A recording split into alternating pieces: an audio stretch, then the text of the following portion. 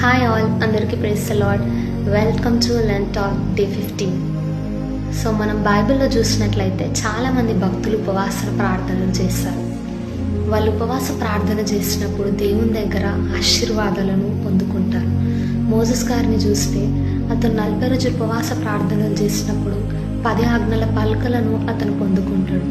అదేవిధంగా యెహోషువపాతు రాజు ఉపవాసం చేసినప్పుడు తన శత్రువుల మీద యెహోవా సహాయంతో విజయాన్ని పొందుతారు.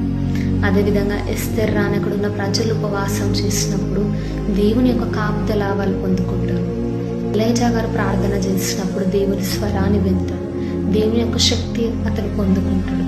ఇలా మనం బైబిల్లో చూస్తే మరి ప్రతి ఒక్క భక్తులు కూడా మరి ఉపవాసం చేసినప్పుడు ఏదో ఒక ఆశీర్వాదాన్ని వాళ్ళు పొందుకున్నారు. ఈరోజు నీవు ఉపవాసం చేస్తున్నావా? దేవుడు ఇంతమంది భక్తులను ఆశీర్వదించిన విధంగా నిన్ను కూడా ఆశీర్వదిస్తాడు. దేవుడు నీ ప్రార్థన కూడా వింటాడు. మరి డానియేల్ ఉపవాసం చేసినప్పుడు మరి అతని ప్రార్థన మరి దేవుడు వింటాడండి.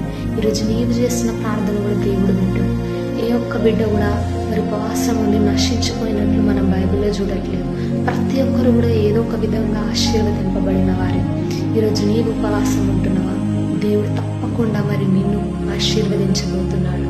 నీవు చేసిన ప్రతి ప్రార్థనకు దేవుడు జవాబును దయచేస్తాడు. Do share this message to all your friends and family.